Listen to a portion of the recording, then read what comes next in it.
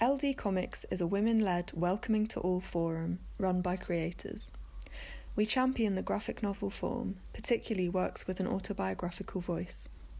Our activity is towards supporting and equipping graphic novelists, especially but not exclusively people identifying as women.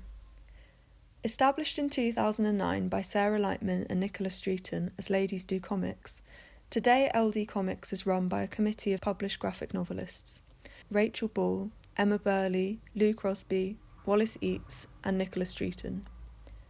From the start, the core of LDC's activity has been the monthly meetings, hosting presentations from invited guests to a public audience in a welcoming atmosphere for networking and making friends.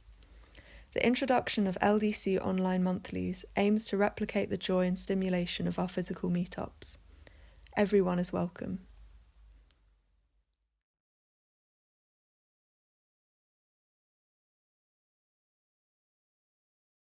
So this week sees the launch of the Draw the Line book, and Draw the Line is a project where comic artists were each depicting one way to make a political change. And all the artists that we're going to hear from today, first of all, they all contributed to the Draw the Line project, but more importantly also, in their wider work, they're also making comics that they hope will bring some sort of change, whether that's political change, social change in the world. So just to start off, there we go. So I'm Myfanwy Tristram. I'm a comic artist in Brighton on the south coast of the UK. Just to add a bit of spice and jeopardy today, I tested positive for COVID over the weekend. So feeling a little bit tired, please bear with me. Hopefully everything I say makes sense, but if I start spiraling off into nonsense, then do shout. And I have spoken about Draw the Line before at LDComics. That was, I had to go and have a look, that was back in 2018, and it has come quite a long way since then. But just to quickly recap, so it was born back in 2016, and I don't know who remembers. Do you remember there was like a meme going around in 2016 where everybody was saying, oh, 2016 was the worst year ever. You know, there was Brexit. Everybody was complaining. David Bowie died. Who could imagine that the world could get any worse at all? In all honesty, I feel a little bit nostalgic for 2016. It seems like heaven compared to the way things are now. But anyway, in 2016, I hopped onto Facebook, and I hadn't really thought it through that much, but I was complaining. I thought, gosh, the world's a terrible place. Donald Trump's going to be elected. All of these awful divisive things are happening in the world. I wonder if we could just make a comic about how to change things a bit, you know, like how to go on a protest, how to write to your MP. And at that time, I really was just imagining that it would be me and maybe 4 or 5 of my comics friends.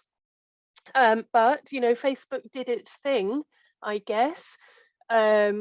Somebody pointed Carrie Fransman, the graphic novelist Carrie Fransman, towards my post, and that's when it really started taking off, because Carrie knows a lot of people in the comics world.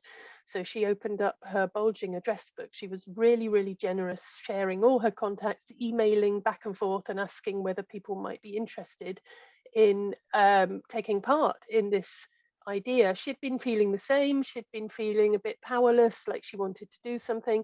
And it just turned out that, you know, loads of people were keen to get involved. So it ended up featuring more than 100 artists in the end from all around the world. Each of those artists depicted one action that you can take when you don't like the current political climate. And some artists did more than one. And one thing that I really, really like about Draw the Line is that it ended up featuring some quite big names, but it also features an awful lot of just, you know, small press people, people who make their own comics, people who might not be that well known outside their own little networks and circles. And we ended up having some nice clusters as well. So through Siiri, who's here today, we also had quite a lot of other comic artists from Finland as well. We had people from the United States, Australia, France, Belgium, lots and lots from the UK, of course. And it was fairly grassroots. So we decided together on a Google document what kind of actions we wanted to depict. And then I went through that list and I allocated all the actions, looking at the artist's work to see what sort of work they tended to do, and sort of quite prided myself really on getting some good matches, I hope. So yeah, I've just picked some examples here pretty much at random really, but you can see there was some really beautiful work. And as I say, yeah, there was a real mix of sort of hobbyist artists, professional artists as well. So Lucy Knisley, some of you might know from the States, Fumio Obata. That was a real sort of jaw drop moment for me when I got the email from Fumio and found out that he wanted to be involved, because, you know, I'm a real fan girl of his. Kate Charlesworth as well, fantastic. And one of my favourite images there, top left, that I often use when I'm talking about Draw the Line, because I think it just depicts the idea so well that, you know, you can take a tiny action like signing a petition, takes you seconds, you can do it online, you might feel like it's having no effect. But if enough people do something like that, then it can make a real change. So that's just 4 of the, I think we ended up with 113, maybe something like that, different actions that people can take. And as a project, it's been a pretty long journey. So the first thing we did was to get a website together so that people could very quickly look at those actions. All the artists gave their work under Creative Commons, which is an open license. It means that they retain the copyright, but anybody else can use the images. So only if it's non-commercial. So, you know, if they're running a campaign or they want a poster, they can go and get those images. Then, after we'd done the website, we wanted to make it into a book. The first thing we did was we went with Unbound, which is a sort of hybrid Kickstarter traditional publisher setup. And we got a bit stuck there, to be honest. We had to raise really quite a large amount of money, and we found it really wasn't working for us. So after a couple of years, I was feeling a bit worried about all the people who had pledged, and we were holding their money and we hadn't given them anything to show for it. So we withdrew all of that money. We had enough to self-publish, and this is the lovely book that we put out at that stage, with a cover by Woodrow Phoenix, and all the inside was designed by Simon Russell. So that went out, and that was wonderful. But of course, it just went out to the people who had pledged, and that was the end of that. And it felt like a bit of a dead-end street, really. And oddly enough, it was around that time that I was listening to an LDComics, and it was Danny Noble speaking about her book Shame Pudding.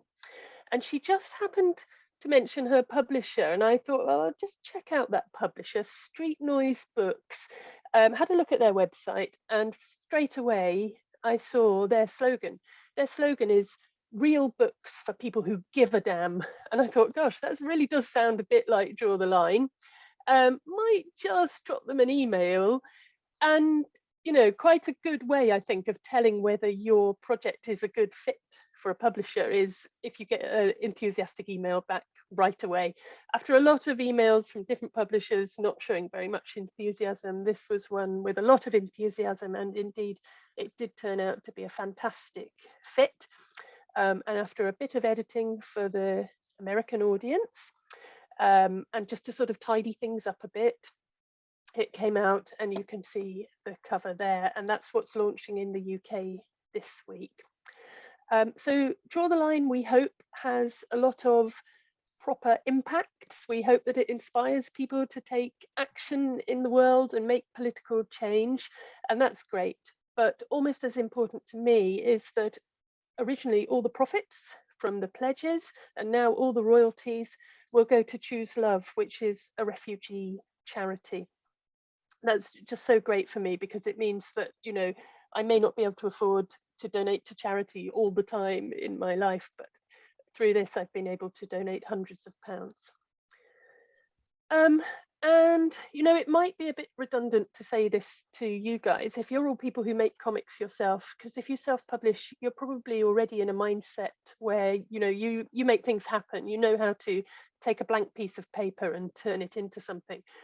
But I feel like Draw the Line's been a real lesson for me.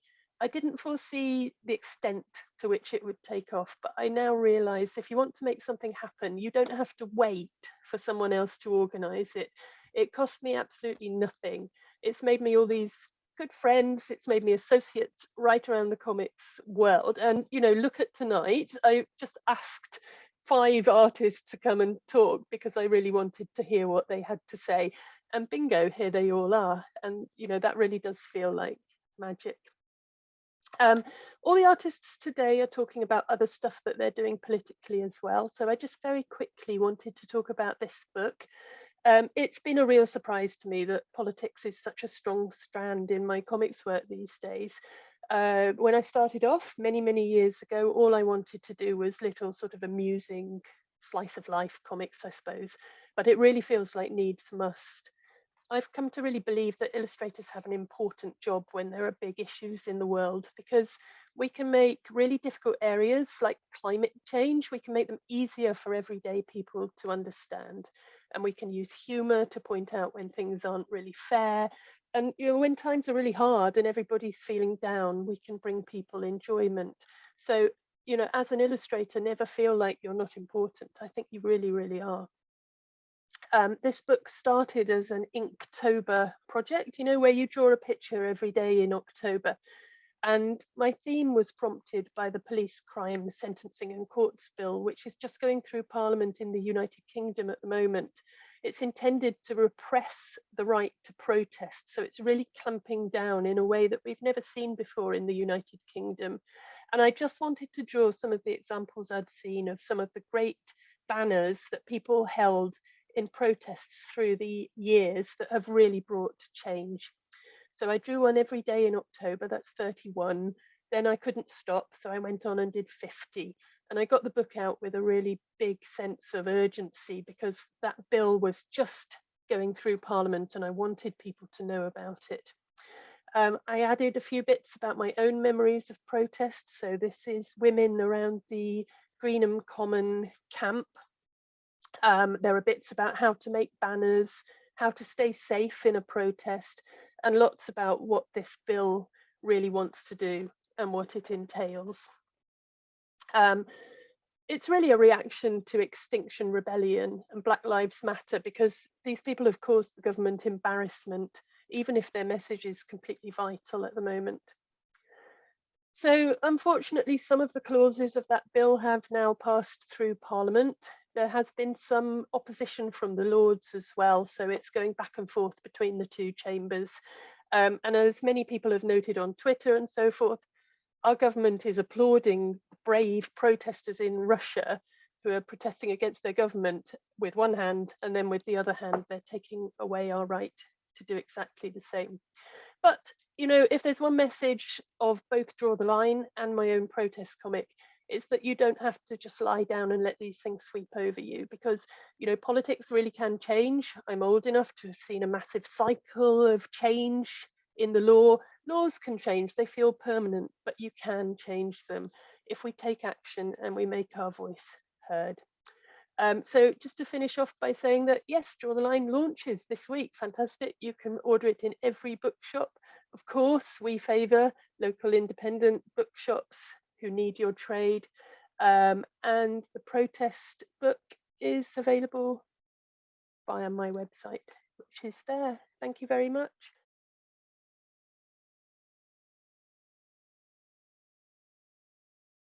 Okay, so How I Finished My First Queer Graphic Novel is the title of my presentation, and I have to go through things quite quickly. And I packed a lot of information, so please feel free to take a screenshot whenever you feel like. The cover of this presentation is actually the cover of my upcoming graphic novel. So I will talk about the process, since I thought that someone would maybe relate or maybe get some useful information. So next slide. please, Myf. Okay, so this is little background information about me. I'm Siiri. I'm from Finland. I use she, her, and they, them, my pronouns equally. And I'm currently working in a residency called Saari, a very beautiful place.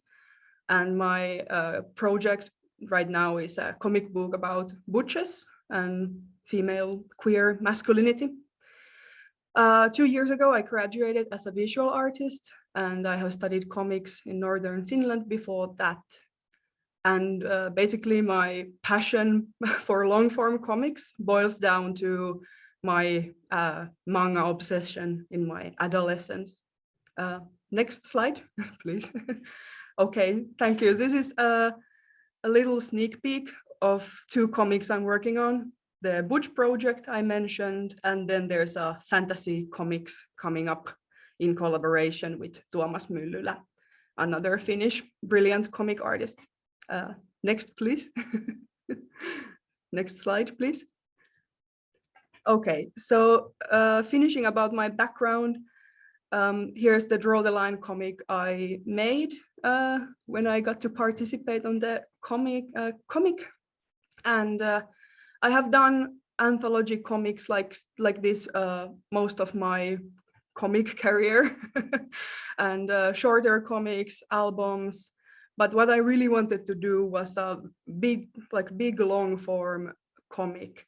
And even after publishing a lot of shorter zines and comics, it just felt like such huge workload because I really like to put a lot of love to my comics. So when I was wondering where to start doing long form comics, I actually made my thesis about it and learned a lot from that. And now I'm going to share the actual process or the main points to me, at least, something I have left out. But yeah, next slide, please. So I have just finished last month my graphic novel. It will be printed this month, hopefully. And the final comic is 260 pages long, so many times longer than my previous comics that have been mostly like 50 pages long. And the name of the comic is Kohti sumua in Finnish. That means towards the fog. And working on it took 2.5 years. These are the some panels and first pages of the comic. And how did that happen? How did I wonder do this? So next slide, please. Here's the background of the comic. So the story is about these 2 characters here. On the left, it's Natalie, and on the right, Elle or Eleanor. And these 2 women fall in love, so it's a romance story, but also a mystery and a drama that starts to unfold. So the basic idea is actually quite simple. And only 2 characters to draw, only 1 location to draw. So that was kind of my starting point, that I wanted to do a simple story, but tell it as deeply and as detailed as I wanted. Next slide, please. Right, so here's my process in a very simplified way, cut in 6-month periods. I tried to do be a bit humorous. I will not read through this, so please feel free to screenshot. But my beginning, I started with the basic script. I start with text scripts and text pages, just trying to make it work. And then I moved to storyboarding and got really lucky. I got funding and grants to continue working with the comic. And so the rest of the comic was basically only after I got funding, I had the basic idea done. I was drawing pencil sketches, finishing the pencil sketches, and after that just post-production for 2.5 years. And these are my feelings that I have written in italics under it. So quite a roller coaster. Next slide, please. So now explaining my process of the 6 month period of different kind of drawings, drawing processes, it got really repetitive, and that was the biggest struggle for me. And the repetition got me stuck, and I got really overwhelmed sometimes, just like, I want to do something else. Like, I need to finish this. I feel guilty for finishing it, but also, there is so much to do. So the solutions I found for me to continue working was to find a community actually from Finnish feminist comic artists. And they were people who I could relate to and tell my sorrows to. I got feedback, and also I could help them. So that they are really a big reason why I got through this. I also learned really to accept imperfectness, because no way there was a chance to finish everything perfectly. Next slide, please. Yeah, so also I wanted to share some some things I found that they're quite self-explanatory, but still huge revelations for me. So talking about 2.5 years workload, I really just sliced into tiny sections, like the scripting, storyboarding, sketching, just focusing on doing very little on one day, but doing it every day. So it may sound maybe too simple, but actually gets things done, not trying to do too much in a day. I also try to think sustainably, like, how can I make this drawing fun? How could I listen to podcasts at the same time? So I chose a medium that would allow a lot of freedom to me. And for me, it was pencils and charcoal and things like that. And of course, finding routine and ambition, maybe that's its own presentation, how to find that. But it was also a lot of meta, or like invisible work with not only the drawing. And also quitting on days when nothing works.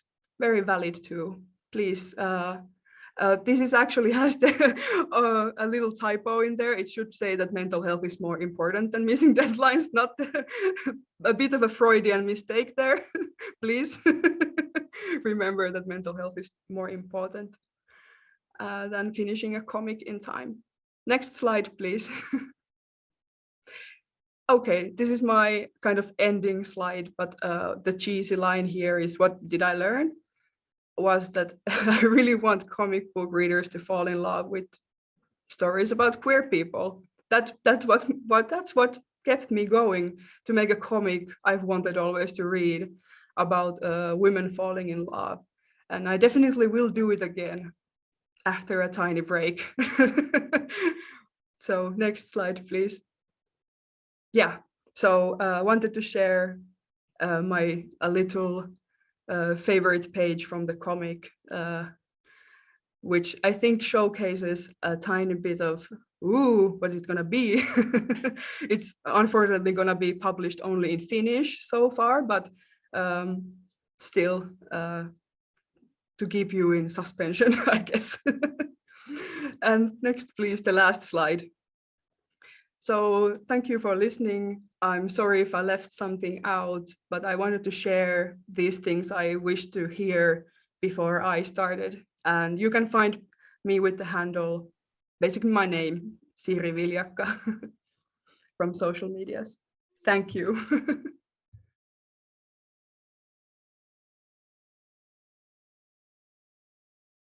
Hello, my name is Beata Sosnowska. I'm a cartoonist, and I present you the most important for me, the most important projects of my work, many of them. And the next slide, please. Okay. Many of them had beginning from the meetings and work with special excluded communities. This is the best way for me to do all my histories, my stories, these meetings and leading workshops with that people. The next, please. The first project is workshop. I'm from the outside. This is a very important project for me. The project where I was invited was aiming to the popularize community work in prison by contemporary artists. My comic work, the next please.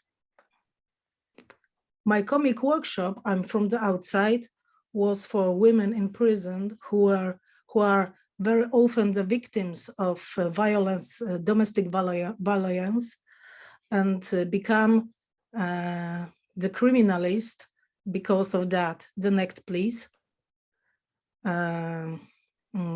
My job was to teach a cartoon drawing during which we drew the prisoners' stories. The next, please. And the second stage was that I drew my story about running the workshops, what I thought and felt and how I'd seen this woman. Finally, I created an art book, kind of zine, contains prisoner comics and mines. Next one, please. And the next project is Provincial. It's Provincial Notebooks. This is my first self-publishing. I drew stories of my friends who left the big cities and where they lived and started living in the countryside. During my visits, they told me short stories, sometimes funny, sometimes sad, about their new neighbors. The next, please. This is one of these pages. And the next, please. In this publication, I've tried to show where the stereotypes exist and real. The next, please. I also wanted to show that people problems are very often in their head, not on the places where they are living. And the next, please.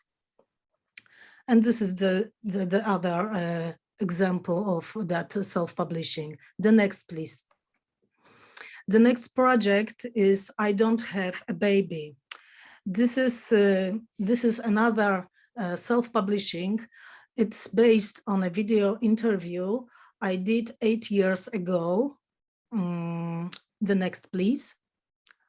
I asked the women in my circle, why don't you have a baby? Why did you decide not to be a mother?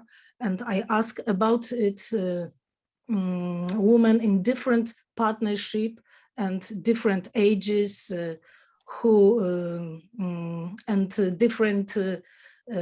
different relationships. It doesn't matter, are they homosexual or heterosexual? And I recorded the answers on camera. The next, please. Because it was and it's still a very intimate conversation, I promised not to show it on the internet. After 9 years, I decided to draw it, and the characters in the story, I agreed to print it. I used the images from the film for this book. Unfortunately, the problem is still exist, like many problems. I don't know if they exist in the other countries, but in Poland, yes. And the next, please. And this is one of these pages. And the next, please. The next project is Danka, Abortion Her Stories. Danka is the name one of my characters whose story I drew. This is a part of a large project involving 40 female cartoonists, including myself. The next, please. All the comics are based on a true on a true stories. The reason for creating this anthology is the repeal of a law in Poland that forbids women for abortion. This is a big problem for modern women in my country. Yes, thank you. In Poland, we have conservative government, as you know. Since it has been in power, there has been less and less freedom and speech, freedom of speech, rights for religious and sexual minorities, and for women especially. And the next, please. The next project is Without Gender Difference, a history of the fight for women's electoral rights, a history of the first Polish feminists. The next, please. As the title says, the publication is dedicated to the fight for the suffrage of Polish women. The next, please.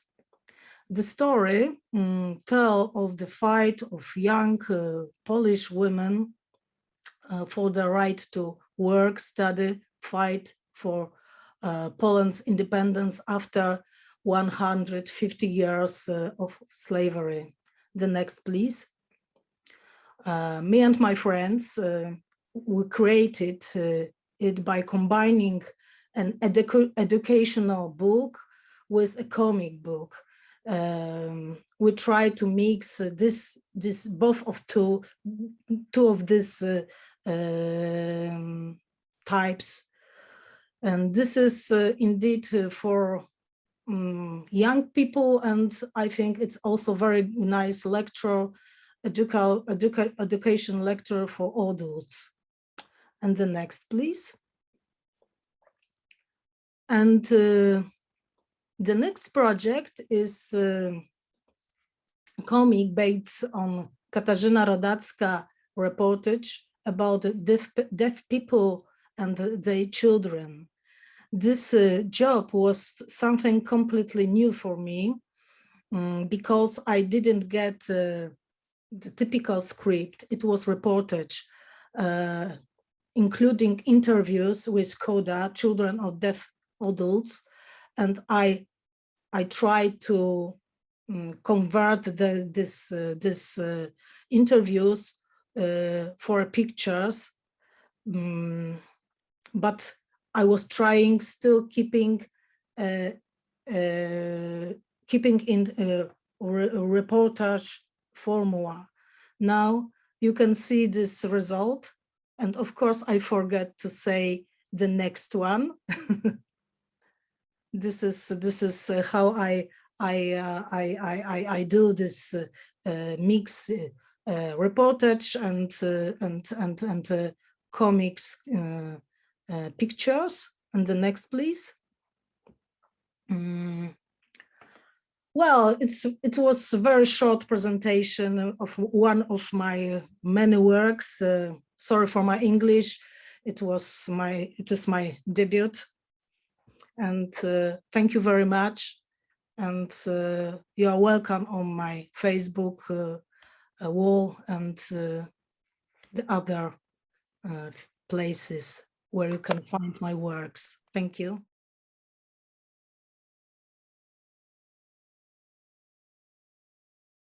Okay. Hello, I'm Joan Reilly. And this first slide is the piece I did for Draw the Line, which I was really happy with because it was a learning experience for me. I always like it when I get to research stuff I'm working on. So this was about craftivism, and I got to learn what that was. And I watched the TED Talk by Sarah Corbett from Craftivist Collective, which is really interesting project that they did, the handkerchief project, illustrated in that last panel there. And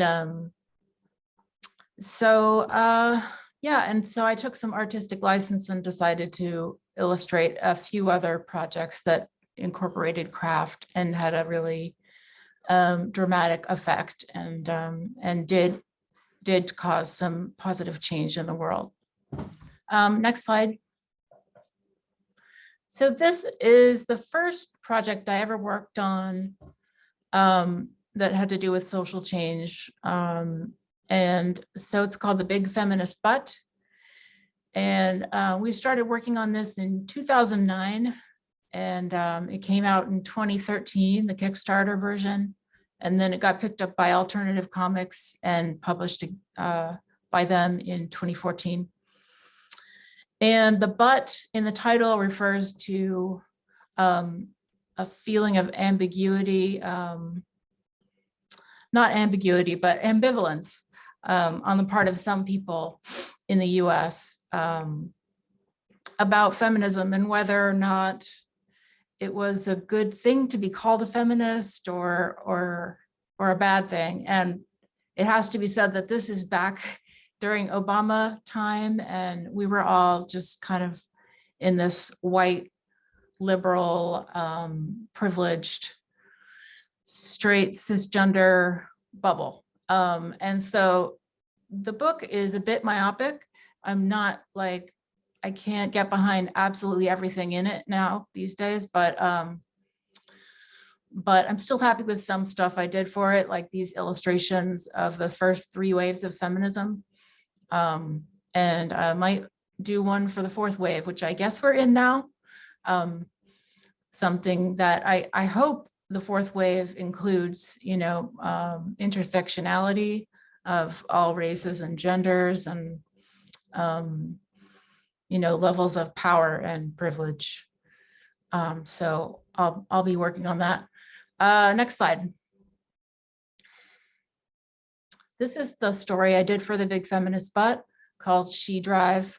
And it was inspired by the Women to Drive movement in Saudi Arabia, which was protesting the ban on women driving. But I also talked about drive in a literal and figurative sense in my own life, because I had a phobia about driving and didn't learn to drive a car until I was in my late 30s. And then I struggled to have a consistent sense of creative drive and professional motivation, but I kind of got it together on that around age 40. So it's about that. And then it also touches on the topic of politics in Saudi Arabia. So you can read this on my website if you'd like. It's kind of hard to read here. Next slide, please. This is the next project I worked on, which was inspired by the Trump election in 2016. And it was printed to be handed out at the Women's March in January 2017. And let's see what else. So it was edited by Françoise Mouly, the art editor for the New Yorker, and her daughter Nadia Spiegelman. And next slide is the story I did for it. My reaction to the Trump election. And it's similar to the Drive story in that it combines autobiography and, you know, talking about my own internal issues as well as external societal issues. Okay, so next slide. This is also on my website. This was another project that came out of the Trump election, a graphic novel called Amongst the Liberal Elite, which was written by Ellie Lennon, who had a column on McSweeney's by the same name, and featured these same characters that are in the graphic novel. And she hired me as the illustrator, and we got a proposal done. I got the first chapter drawn, and we were shopping it around to publishers. And then in late 2017, I was diagnosed with a brain tumor. So we had to stop working on it, actually just temporarily, so that she could reconfigure and hire some other illustrators. But I sort of became the art director and started guiding the illustrators.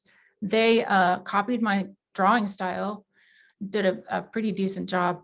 And I ended up adapting Ellie's script into graphic novel format and doing descriptions of the visuals for the illustrators and being in charge of that. So that was a big project, and it was a good thing to work on while I was undergoing treatment. Next slide. So on the left is a sketch I did while in my hospital bed, waiting for surgery.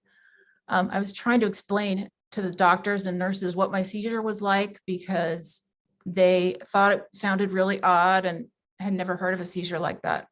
So, and then on the right is a page from this book-length graphic memoir I'm working on about my experiences being treated for brain cancer.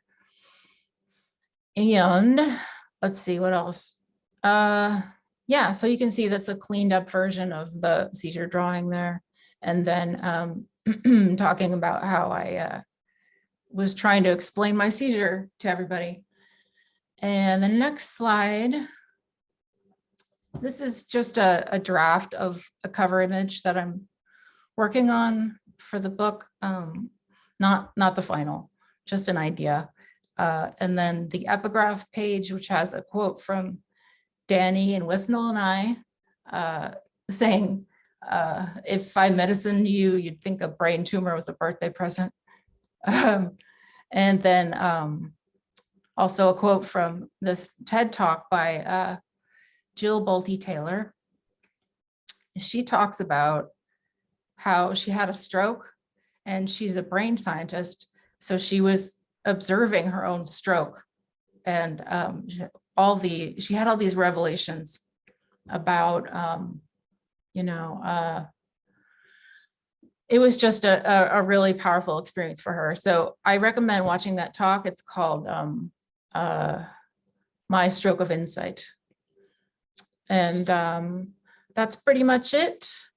Sorry if I rushed through that, but thank you.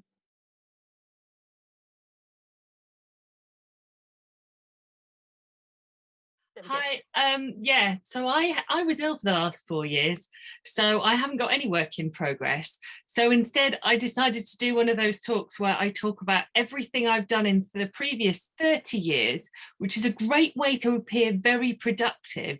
But I'd like to bear in mind that that's a long time that I've squashed all the books into. I'm just basically going to be shouting next at Myth a lot. Next. See? Next. Okay, so this is my first comic, which, okay, you have to go back now. My first comic, which was, I think this was before the days of diet positivity, like 80s and 90s, nobody was fat. I think this is kind of quite a normal image now. Maybe that's just, I'm very, very familiar with the fact that that's how my tummy still looks. Next.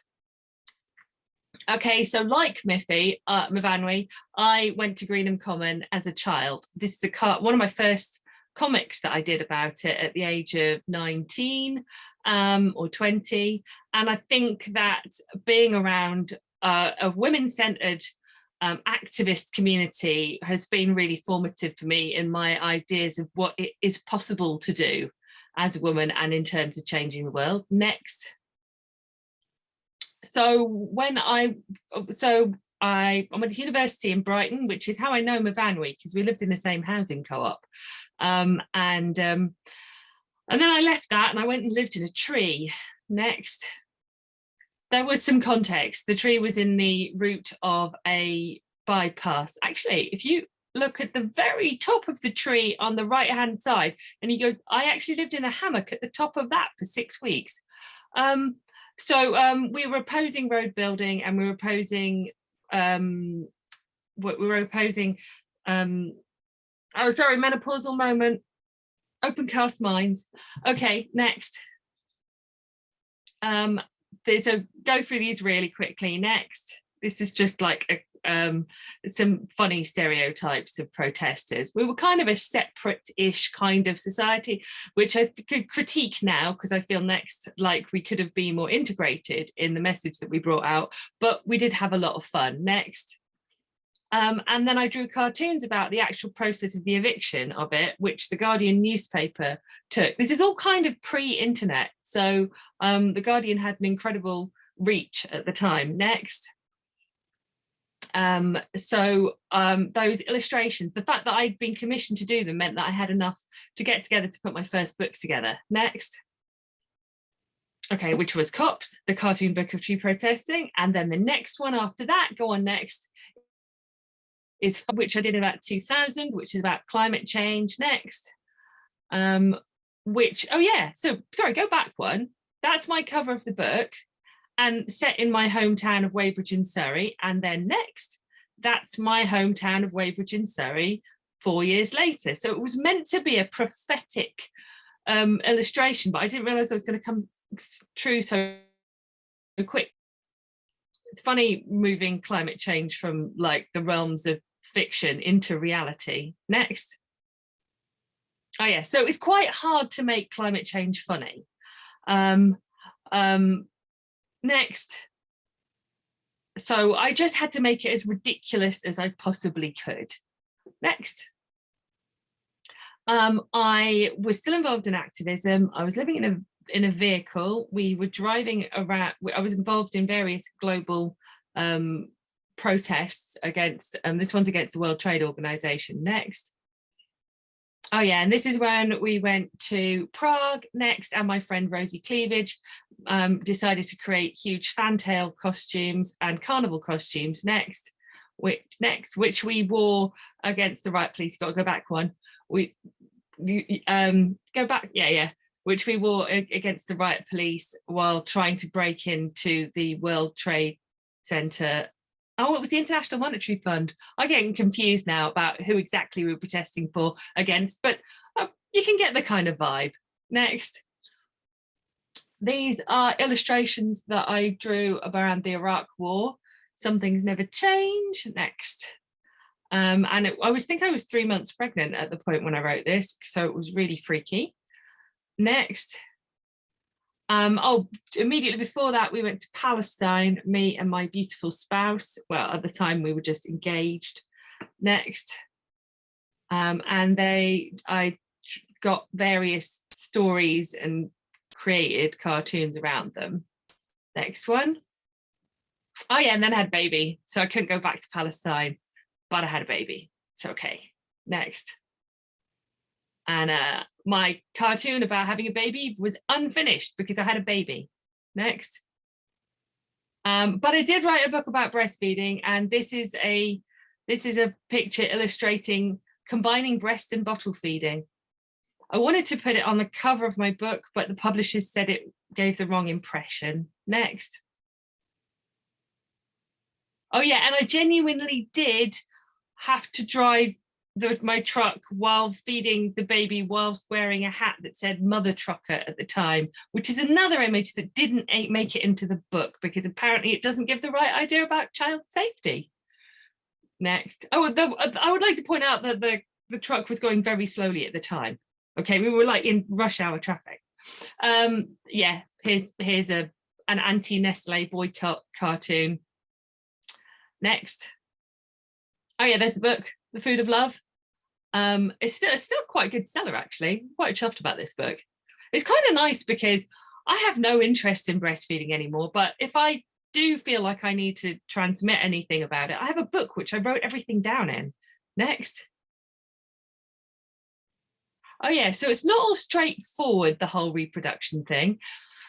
This is from my cartoon Unraveling, which is about miscarriage. And this is the page where I'm in hospital losing the baby, and my beautiful spouse finds a guy who's fallen off a tower block and is dead. And my dog is in the picture too. And next one. And that's me in the hospital at the same time. And it's kind of the bit where art turns into therapy, where you've got a story and you just have to get it out. Next. You can see Unraveling on my website. Yeah, so I wrote a book called Bump after that, after the very difficult journey. I had one baby and then it was like 7 years before we had another. Next one. and I got to draw how to give birth in cartoon forms. I kind of like the way this is the other side of the story for your decided not to have a baby, decided to have a baby. I like the way that the talk tonight has got both of those narratives in it. It's really nice. Next, because giving birth is pretty mental. Next, this is my tiger woman in labor. Next, I feel like having visual images of strength and at the same time as doing analytical takedowns of the science behind you shouldn't let doctors do what they do to women in labor was a really powerful combination. Next. Oh yeah, so then I get to Red Rosa. We've got another Polish connection because Rosa Luxemburg was a Polish revolutionary socialist refugee who ended up in Germany. She's 101 years older than I am, and she was imprisoned. She was a Marxist theorist. Anyway, next. Basically, she had a mullet. She was amazing. I didn't know anything about Rosa Luxemburg when I agreed to write her graphic biography. And I had a lot of fun just trying to pin her life and her work down into a storybook. Next. Oh yeah, so the revolution. Yeah, so these are basically just a few of my pictures of Luxemburg with my with the pictures of the photos that inspired the portraits that are part of the graphic novel. Next. And she's just really badass. She's really indomitable. She's incredibly cheerful and bonkers, and she sort of just refuses to let life get her down. I've got a lot of time for Rosa Luxemburg. I mean, she probably wouldn't like me. I drew lots of pictures of her imagined sex life, but still. Next. This is from so while Red Rosa came out in 2015, and then while it was just launching, I went to the Calais jungle just for a weekend. And I think I've never been more compelled to write a story, like with the Unraveling one. I've never been more compelled to write a story about what I saw. So just click through these. These are just the first opening phrases of frames of threads about politicians call them a flood, but of the millions of people around the world fleeing for their lives, this is just a trickle. Nobody knows exactly. Nobody is counting. These people don't count. Next. The drawing's a bit scrappy because it was half term and I didn't have any childcare, and I drew 12 pages of cartoons in 7 days, which is about twice my normal rate. So I used the word threads, and I used the kind of lace lace makers in Calais. Lace is a craft of Calais, so I used it as the frame borders for the work. Next. And that's the book. That one's by Verso, but as Corinne is keen to point out, my books are also published by Myriad Editions. Next. And then this is, oh yeah, I suppose I could meditate on how I've managed to give the appearance in this talk of being commercially successful, yet at the same time I'm really not, because this is Don't Call Me Princess, which I published to no great applause or acclaim at all in 2018, and is now out of print again, which is a bit of a shame. So could you collectively, late LDComics audience, try and think of a way of how I can get Princess back in, Don't Call Me Princess back in print, because we need this book. Next. Okay, the stories that we tell ourselves. I thought this kind of summed up the talk and the evening. The stories that we tell ourselves affect us powerfully. They shape our world and tell us who we are and how to be. And we can rewrite stories, easy, jumble up the letters. We don't have to tell the old ones. Take a pen and make them better.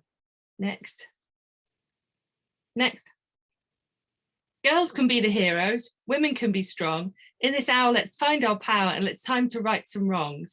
I'm not waiting for Prince Charming, scared I'll end up on the shelf. I'll write my own happy ending and I think I'll save myself. And the last slide is from Funny Weather, but it's a Mahatma Gandhi quote. It's just, I'm aware that if I just write, I did this book and that book and the other book, then people might be like, ah, in the audience. And I just wanted to be, whatever you do will be insignificant, and it's very important that you do it. Brilliant. Thank you.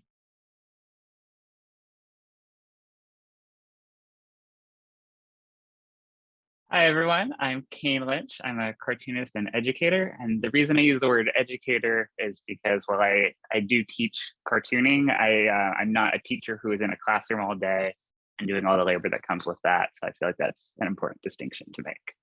Next slide, please. This was my page for Draw the Line, and you did a fantastic job of finding a topic for me that really resonated with me personally, because I feel like this is almost like a thesis statement of cartooning in a way, that this is a way of bridging a communication gap. And so this felt very important to me personally, and it was a thrill to draw. Next slide. I'm going to just talk about some of my nonfiction comics. So I do comics somewhat regularly for the Nib, and one of the kind of higher profile comics I did for them was originally in the Animals issue of the Nib, and then in Sarah Merck's book, Guantanamo Voices. Next slide. And I was very intimidated, honestly, to tell the story of a Guantanamo detainee, particularly Mansour, because he is both a lovely writer and an illustrator himself. So I had a moment when I was asked to do this of what am I adding to the story that he couldn't do himself? And I kind of thought, like, well, I think I can draw in a way that's very accessible and relatable and friendly, and maybe that could bring a new texture to telling this kind of narrative and make it accessible to someone who might not otherwise be able to receive it. Next slide. So here's some panels from my story. Mansour befriended various animals over the many years he was detained, and I tried to represent the animals in a slightly anthropomorphic way. I was not so much worried about documentary realism and more trying to think about how to kind of convey that empathy gap between the detainees and the people caging them, and the animals and the humans. Next slide. This is another project I worked on when I lived in New England, in Vermont. The Vermont Folklife Center collected stories of undocumented workers in the dairy industry there. One of the interesting things about Vermont is that it is one of the most progressive US states, but nonetheless, they don't always treat undocumented people very well. And so the story was a little difficult to translate because I didn't have direct contact with the person, Carlos, whose story I was telling, but I tried to make it feel very mundane and human, and kind of like depict his experience as something that any of us could identify with. Next slide. Part of what was interesting about this project too is that it was done in both English and Spanish. The goal being that that community could see themselves reflected and see each other's stories, but also could reach the broader community throughout the state. Next slide. This was a somewhat sillier comic I did that I think was talking about a serious issue, but in a kind of whimsical way. It's about a scientist who made a prank YouTube video about discovering a planet that was going to crash into the Earth, and then being stunned when his very fake, very silly video was appropriated by right-wing conspiracy theorists and taken seriously. Next slide. Then I also did comics for the Nib that are more kind of straight nonfiction, where they're not like telling an individual person's story and more just about a topic. I've done a few about the post-Soviet world, particularly after the 2016 election, where my goal was just to kind of give Americans another way of thinking about Russia, where even when they are doing unequivocally terrible things, there is a historical context that we in the West maybe aren't aware of. So in Russia, one thing that fascinated me was that the use of conspiracy theories to justify heinous government action, which is something we're seeing again now, but also something that we see in other countries. So my hope was that a comic like this would both give readers a deeper context about Russia, but also maybe make them reflect on their own government's actions. Next slide. And just kind of get people to understand that there is a a history in this part of the world that we sometimes, at least in the US, I really can't speak to the UK, we kind of just often tune out to that part of the world completely until some kind of international action happens that prompts our attention. And this wording is not probably the exact wording I would choose in 2022, because I think right now there is maybe a more clear-cut villain, but nonetheless, this is just hopefully we can think about these things in a little bit of a broader way. Honestly, I don't think these comics were totally successful because they are a little bit more dense, and I feel like the people reading them were often kind of just projecting what they wanted to onto them. So if I talked about something that happened in the Soviet era, people who defend the Soviet Union would be furious or said anything critical, and then then the other side, the same kind of thing. So I don't know that this project was as successful, and I wonder if maybe that's because that sort of the empathetic quality that I could bring to some of these other stories maybe didn't work so well for something like that. So that's something I'm still kind of thinking about as I do further nonfiction projects. Next slide, please.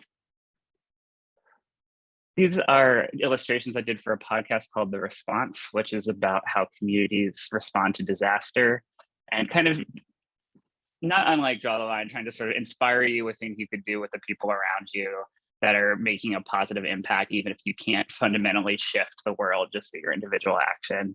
I thought it was really interesting to have a documentary podcast where the visuals that go with it are cartoons, because I think it does sort of make these very different settings hopefully feel kind of like accessible in a way that they might not if it was just sort of like hastily taken photographs while these actions were being done. Because a lot of the time when we're working hard on a project, especially during a disaster, we're maybe not concerned about taking perfect photographs.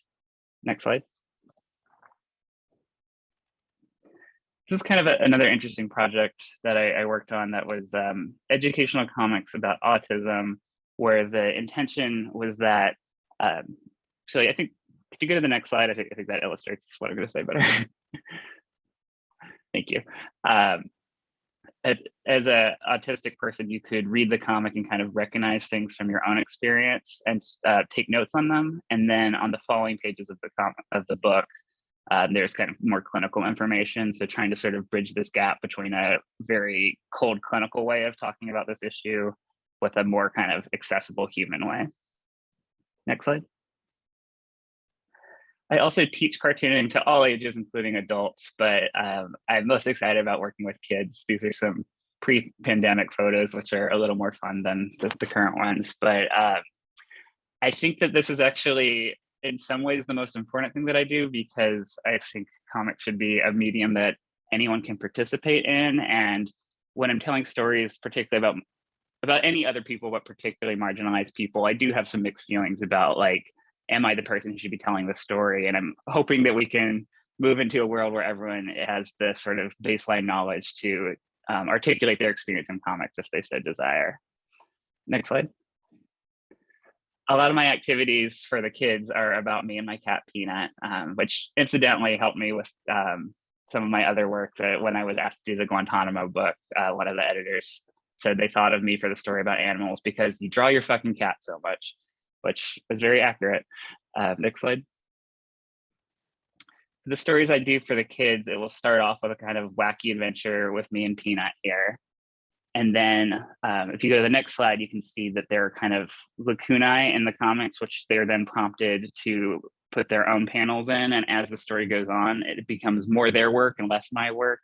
So it's a little like, you're riding a bike, you have training wheels on, and your parent is holding onto the seat, and before you know it, you're biking yourself. So trying to eliminate the terror of the blank page and make it a more comfortable process. Next slide. And then right now, one of the things I'm doing is trying to get as many of this as possible translated into Spanish, because a lot of the students in my classes, English is not their first language, and for many of them, Spanish is. And so just trying to make that work as accessible as possible. Next slide, please.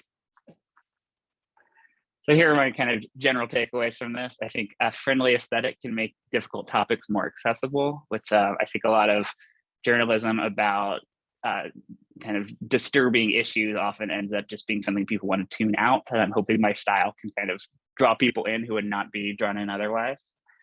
Cartooning functions on empathy, and that's also something that has been used for evil a lot in the history of cartooning. It can be a way to caricature people or do other unkind things, but I think it can also be used for good, and I'm always trying to think about ways we can do that more.